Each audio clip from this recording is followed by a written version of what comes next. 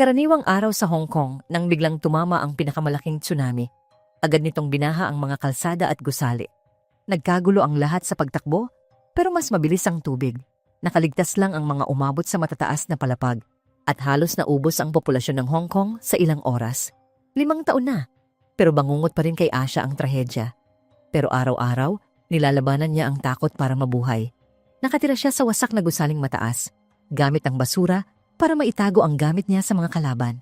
Matagal na siyang nangangalap ng gamit para sa tubig at may mga taguan sa buong apartment, gaya ng butas sa ilalim ng sofa.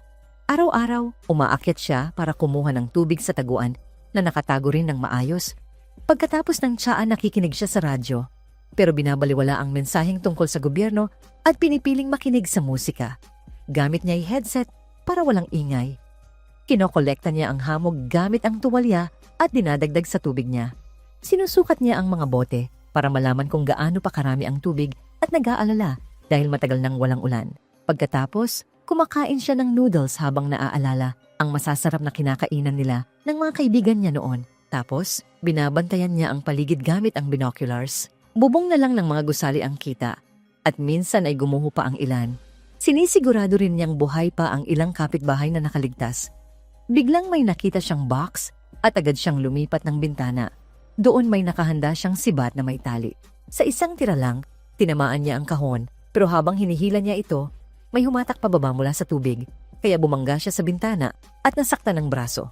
Hindi siya tumigil at pilit niyang hinihila pa rin ang kahon hanggang sa biglang bumitaw ang creature at natumba siya. Pinilit ni Asha ipasok ang kahon, pero sinabayan ito ng alon mula sa creature.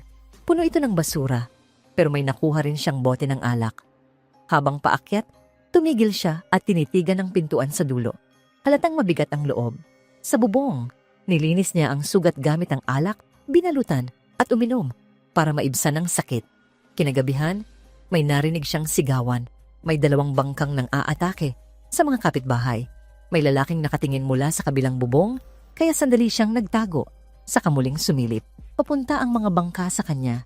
Kaya dali siyang bumaba at itinago ang gamit, tinakpan at nagkalat ng dumi para magmukhang walang nakatira. Nagtago siya sa likod ng pader sa aparador. Pumasok ang mga salarin at naghanap ng pagkain. Sinilip pati aparador. Wala silang nakita, pero nagulat si Asha sa putok ng baril. Nagpaputok ang bata sa maling akala. Pagkaalis nila, naiyak siya sa ginhawa at sinariwa ang masayang alaala. Bago ang trahedya, nagkaroon si Asha ng half-sister at isinama niya ito para magkakilala. Kinabukasan, may nakuha siyang kahon at tuwang-tuwa nang makakita ng jar ng honey. Pero nasira ang saya nang makakita siya ng bangkay sa tubig. Maya-maya, habang abala si Asha, may pumasok at nagnakaw mula sa mga taguan niya. May narinig siyang tunog pero wala siyang nakita, kaya binaliwala muna. Habang naghahanda matulog, may narinig ulit kaya kinuha ang flashlight at inusisa, pero wala na namang nakita. Naghilamos siya at iniwang bukas ang sabon para mahuli ang pasimuno na isa palang batang babae. Hinawakan ni Asha ang balikat ng bata, pero sinipa siya at tumakbo ito. Kinuha pa ng bata ang ilang gamit, pati ilawan, at tumakbo sa pasilyo. Papunta siya sa isang pinto, pero umalis ulit. Kinagabihan, napanaginipan ni Asha ang araw ng kaarawan ng kapatid at nang sabihing gusto na niyang umalis sa bahay ng magulang niya. Pagkagising niya, napansin niyang may nawawala sa taguan niyang pagkain, kaya sinundan niya ang mga wrapper at nakita ang batang natutulog. Hindi niya magawang gisingin ito, kaya nagluto na lang siya. Pagkagising ng bata, naghanap siya ng iba pang mapapakinabangan. Sa isang peking saksakan, nakita niya ang mga litrato ni Asha at kapatid, pero nahuli siya. Tumakbo ang bata at dali-daling ibinalik ni Asha ang mga larawan. Hindi niya napansing may nalaglag. Nagluto siya ulit ng noodles at inalok sa bata habang naaalala ang gabi ng kaarawan ng kapatid niya. Ibinigay ng magulang ang kwintas sa kapatid, kaya nagalit si Asha dahil siya ang panganay at dapat sa kanya iyon. Nag-away sila at umalis si Asha. Sa kasalukuyan, suot na ni Asha ang kwintas. Hindi pinansin ng bata ang pagkain, kaya iniwan na lang yon ni Asha. Kinain din ito ng bata at napansing may kutson ding iniwan si Asha. Hindi niya ginamit iyon, pero kinaumagahan, ibinalik niya lahat ng ninakaw kay Asha. Nagluto ulit si Asha ng noodles, iniwan ang isa para sa bata at kumain sa bubong. Sumunod ang bata at ginaya ang kilos niya, kaya natawa sila at naging close. Naalala ni Asha ang dating saya ng buhay niya. Kinagabihan, tinanggap ng bata ang kutsyon at natulog sa tabi ni Asha. Umiyak siya at nagtangkang itago ito, pero sinabi ni Asha na ayos lang matakot at umiyak. Miss na niya ang pamilya at iniisip niyang makikita ang nanay niya sa binubuong bangka. Sinabi rin niyang Hey Hey ang pangalan niya. Isinama ni Asha si Hey Hey sa bubong para sa gawain. Tinanggal ni Hey Hey ang tape sa lock habang naglalaro. Kaya nang magsara, hindi na nila ito mabuksan. Nainis si Asha, pero nabuksan agad ito ni Hey Hey. Habang naghahanda si Asha ng pagkain, napansin niyang nawawala ang kwintas. May narinig siyang ingay at nakita sa bintana na bumalik ang mga tulisan. Sinabihang tumahimik si Hey Hey hanggang makaalis ito. Habang pinaliliguan, niyaya siya ni Hey Hey na umalis. Tumanggi si Asha. Dito ang tahanan niya at wala namang mapupuntahan. Tinanong ni Asha kung kinuha niya ang kwintas. Itinanggi ito ni Hey Hey at nagtampong tumakbong paalis. Mag-isa si Asha kumain at napansing may nawawalang tubig. Ginamit pala ni Hey Hey panghugas.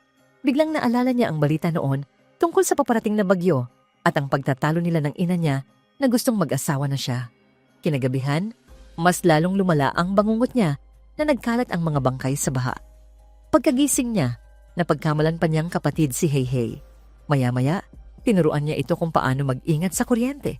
Pero tinanong ni Hey Hey ang tungkol sa pinto. Sinabihan siyang huwag buksan dahil mabaho roon at kakalat ang amoy.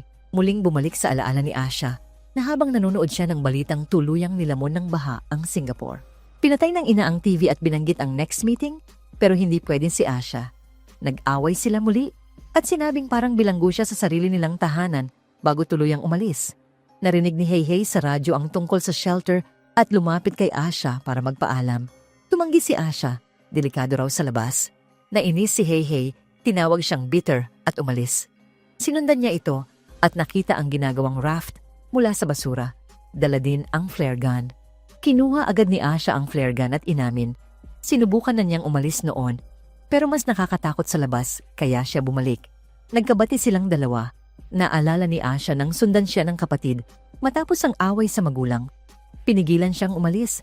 Pero nangakong patuloy silang magbabanding kahit hiwalay na.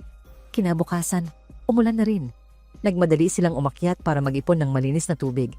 Napansin ni Hey Hey na nalaglag lang pala ang kwintas ni Asha. Nakita ni Asha ang litratong naiwan, kaya't binalot siya ng lungkot. Kinomfort siya ni Hey Hey at sinabing magkasama pa rin sila. Paghiga ni Asha, nagulat siyang makita sa ilalim ng una ng kwintas, nalaglag pala dahil sira ang clasp. Nahabag siya sa ginawa kay Hey Hey, kaya kinabukasan, nagtrabaho siya ng tuloy-tuloy hanggang makagawa ng balsa. Tuwa si Hey Hey. Naalala ni Asha ang gabing nag-away sila. Sinusubukan pa ng kapatid niyang sabihin na naiwan niya ang kwintas sa jacket ni Asha. Pero biglang nagsitakbuhan ang mga tao dahil may dambuhalang tsunami na dumating. Sa kasalukuyan, ibinigay ni Asha ang kwintas kay Hey Hey. Ilang sandali pa, nagsimula silang maghanda para sa pag-alis gamit ang balsa. Nakikinig si Hey Hey sa radyo nang biglang matanggal ang headphones, kaya umalingaw-ngaw ang tugtog. Dali-daling pinatay ni Asha, pero narinig na sila ng mga tulisan. Agad silang nagtago ng kanilang gamit at itinago ni Asha si Hey Hey sa likod ng peke niyang dingding. Dinaka siya ang dalawa, kaya si Asha sa mabahong kwarto nagtago. Pumasok na ang mga magnanakaw, pero nakapagtago si Asha sa oras at doon niya nakita ang lumang litrato ng pamilya. Bahay pala nila ito noon. Ngayon, mas marahas ang paghahalughog at sinira pati ang ginawa nilang balsa. May pumasok sa mabahong kwarto at naduwal sa amoy. Pero tumuloy, inalis ang mga lumang kumot. Nakita ang bangkay ng mga magulang ni Asha at nasuka. Naaalala ni Asha ang gabing ng trahedya. Sira lahat ng madaanan ng tsunami, pumapatay ng maraming tao kada segundo.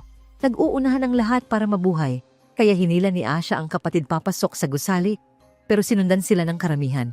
Sa kasalukuyan, ninanakaw ng mga magnanakaw ang pagkain at tinitingnan ang mga litrato ni Asha. May napansin silang kakaiba sa aparador, kaya inalis nila ang pekeng dingding. Nahuli nila si Hey Hey.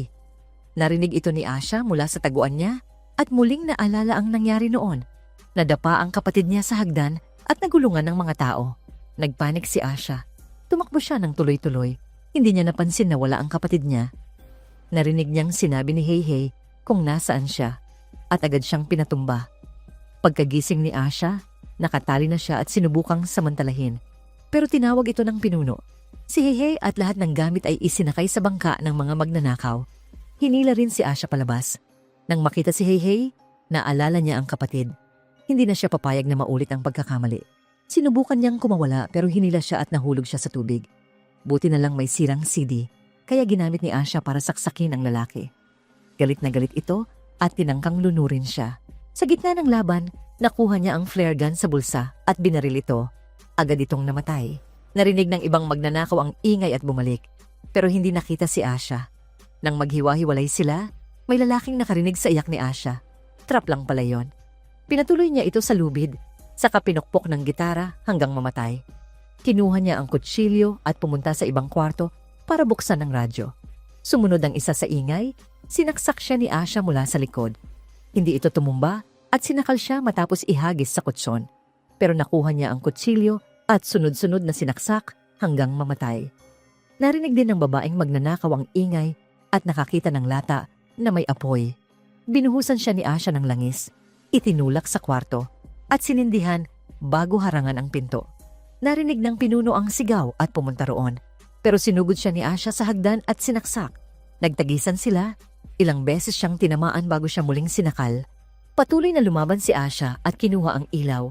Pinatay ito para magdilim at pinukpok siya hanggang mamatay. Pagbukas ng flashlight, dumating ang bata at nagpaputok. Kaya tumakbo si Asha sa bubong. Sumunod siya at paglabas, isinara ni Asha ang pinto matapos alisin ang tape. Ikinandado siya sa bubong. Nagmakaawa ang bata na parang inosente. Halos maawa na si Asha. Pero bigla siyang nagpaputok sa pinto kaya umalis na si Asha. Isang magnanakaw na lang ang bantay kay Heihei sa bangka. Lumapit si Asha sa bintana at ginamit ang sibat niya pero sumablay at nahulog sa tubig.